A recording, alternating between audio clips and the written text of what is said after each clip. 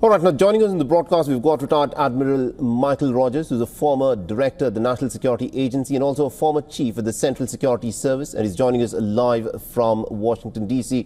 Admiral Rogers, thank you very much indeed for joining us here on WION. Now, this, of course, is the big question. Donald Trump has met with Vladimir Putin, but there has been no deal, although the two leaders say that they've made some progress. Now, the proposal that appears to have been on the table is for some territorial swapping, which the Russians appear to have agreed to. But the Ukrainian president has made it abundantly clear he's not going to cede territory to buy peace. With that being the case, can peace be achieved?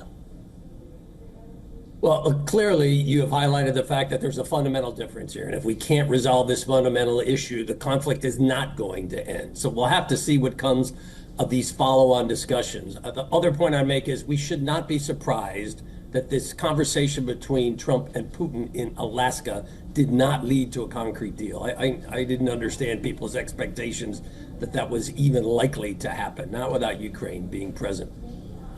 And Volodymyr Zelensky is going to be meeting with Donald Trump again at the Oval Office. In your assessment, how will this meeting now go through? Could you say that again? I apologize. I didn't understand. My question to you was, Volodymyr Zelensky, the Ukrainian president, will be meeting with Donald Trump at the Oval Office again. How do you think this meeting will unfold this time round, given what happened in their previous meeting at the Oval Office? So what we've seen is the fundamental positions between Russia, the United States, and Ukraine have not changed. And I think the conversation that President Trump will be having with President Zelensky is Trump will be trying to make an argument.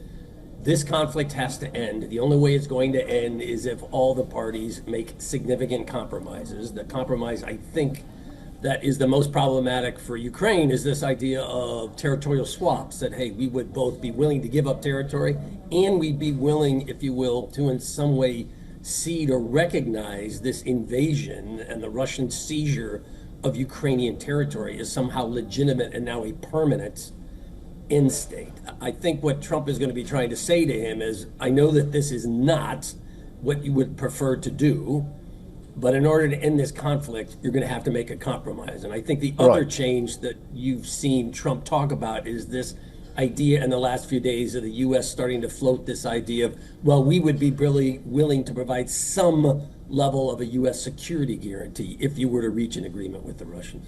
My final question to you, Admiral, is this. This is a negotiation that is being watched very closely in European capitals as well. And a lot of people are now saying this out loud, that America no longer wants to extend its security umbrella over Europe in the manner that it earlier did as part of the NATO military alliance. Do you think Europe's security architecture has fundamentally changed due to what has happened in the Ukraine war, where it can no longer rely on the United States of America to provide it with its security umbrella cover? Look, America remains a strong security partner for Europe. It remains a member of the NATO alliance. It remains a primary partner with Europe around the Ukraine issue, although you have to acknowledge that the U.S. vision of what its involvement should do is different under President Trump than it was under President Biden. But I don't draw the conclusion that what I'm watching is an America that is withdrawing from Europe's security. All right, we'll have to leave there. Thank you very much indeed, Admiral Rogers, for joining us with that perspective there. Thank you.